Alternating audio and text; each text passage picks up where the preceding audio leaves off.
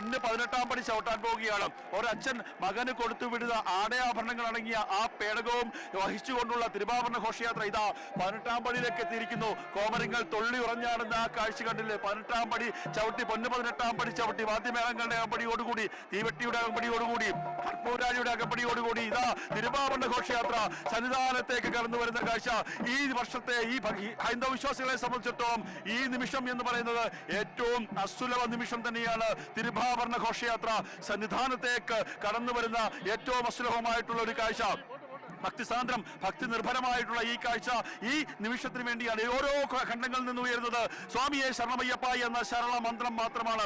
ഓരോ ഭക്തന്റെയും ചുണ്ടുകളിൽ നിന്ന് ഉയരുന്നത് സ്വാമി മന്ത്രങ്ങൾ മാത്രമാണ്, ശരണ മന്ത്രങ്ങൾ മാത്രമാണ്. ഇതാ പൂക്കൾ അർപ്പിച്ചുകൊണ്ട് തിരുവാഭരണ ഘോഷയാത്രയെ ഓരോ ആൾക്കാരും സ്വീകരിക്കുകയാണ്. തിരുവാഭരണ ഘോഷയാത്രയെ സ്വീകരിക്കാനായി പോയ ദേവസ്വം ബോർഡിന്റെയും പോലീസ് അയ്യപ്പന്മാരടക്കമുള്ള ആൾക്കാർ 18-ാം പടി കടന്ന് മുകളിലേക്ക് എത്തുന്നു. ഇനി ആ തിരുവാഭരണം, അയ്യന്റെ ആഭരണങ്ങൾ, ആടയാഭരണങ്ങൾ അടങ്ങിയ ആ പേടകം മുകളിലേക്ക് വരണം. ദേ കടന്നു വരുന്നു, ആ തിരുവാഭരണ പേടകം കടന്നു വരുന്നു. ഒന്ന് തൊട്ട് തൊഴുതാൽ മതി, അതെ ആ നിമിഷം സാധ്യമായിരിക്കുന്നു. തൊട്ട് തൊഴുത് ഭക്തർ തൊട്ട് തൊഴുത് മുന്നോട്ട് പോയിരിക്കുന്നു. ദേവസ്വം മന്ത്രി അടക്കമുള്ള ആൾക്കാർ ആ തിരുവാഭരണത്തെ മാലയിട്ട് സ്വീകരിച്ച് ഇനി അകത്തേക്ക് കയറ്റി വിടുകയാണ്. ഇനി തിരുവാഭരണം ചാർത്തിയുള്ള ദീപാരാധനയ്ക്ക് വേണ്ടിയുള്ള കാത്തിരിപ്പാണ്.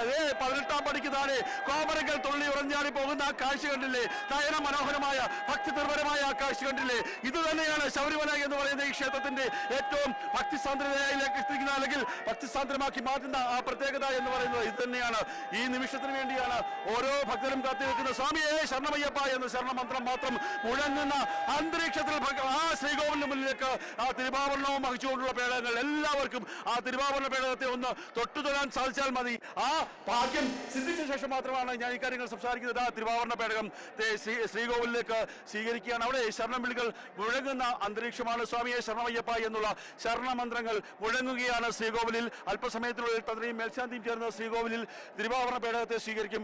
ഇനി ദീപാരാധനയ്ക്ക് വേണ്ടിയുള്ള ഒരുക്കമാണ്. ആ ശ്രീ ദീപാരാധനയ്ക്ക് വേണ്ടിയുള്ള സമയമാണ് ദിവിഷ.